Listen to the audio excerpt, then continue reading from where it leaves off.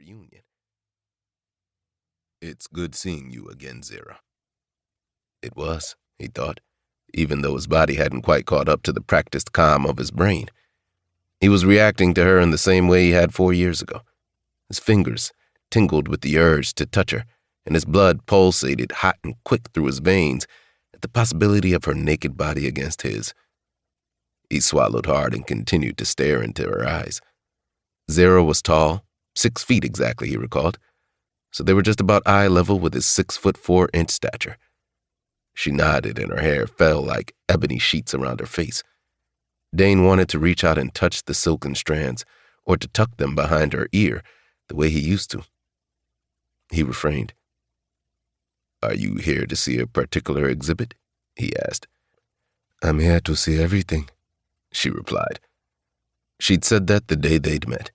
It had been raining, the sky and the landscape surrounding it a dusky gray tone with the cool drizzle of rain falling just like an old film still of Paris. Dane had run into the building, shaking water from his jacket as he'd waited to purchase his ticket. He'd only walked a few feet past the ticket booth before seeing her at the information desk where maps of the museum in different languages could be obtained. He'd tried not to stare that day, and attempted not to appear as awestruck by her presence as he'd felt. He had selected the English map and noticed that she'd picked up the one in French. At the time, his French-speaking skills had been rusty at best, but he'd managed to say something, and she'd smiled before chuckling. "I'm here to see everything," she'd said to him in perfect English. "You should see everything as well." And he had, with her by his side. Tonight, that first meeting didn't seem like too long ago, especially now that she was once again staring back at him, waiting for his response. "I'm here to see that too," Dane said after the long pause. "We can see everything together." It was an invitation, one he wasn't totally sure why he'd extended. She pushed her hair back from her face and squared her shoulders. "Yes, we can." Now it was too late to take it back. Dane walked toward the information desk with her beside him. He didn't think about their past. This time, he thought about the last 9 months of his life, about finalizing the last details of his mother and sister's estates. He thought about having to bury the only 2 people in this world that he'd ever loved unconditionally. And then he thought about what those 2 people had done to so many others. That's why he was here, in Paris, now, because those thoughts had weighed him down for far too long, and he'd needed to find some peace and some calm in order to continue. When Zera touched him, snapping him out of the dark memories, he wondered if peace and calm would ever be possible. It was a gentle hand to his arm, casual and light, nothing for him to read into. Still, every part of him halted as he looked over to her. "We do not need a map," she said. "I have been here so much, I know my way around pretty well."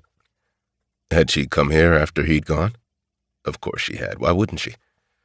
Besides, the answer to that was obvious since she was here now and had no idea that he would be too.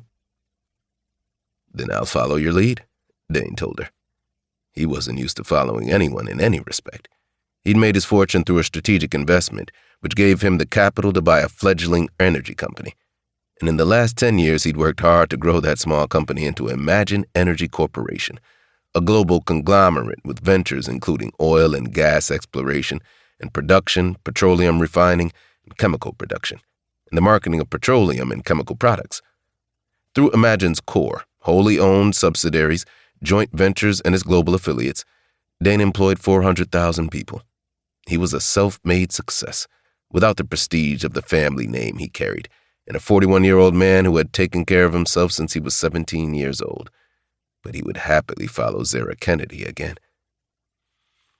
"We will head toward the Pavilion des Sessions," she said, and walked them through the Riverside Grand Gallery.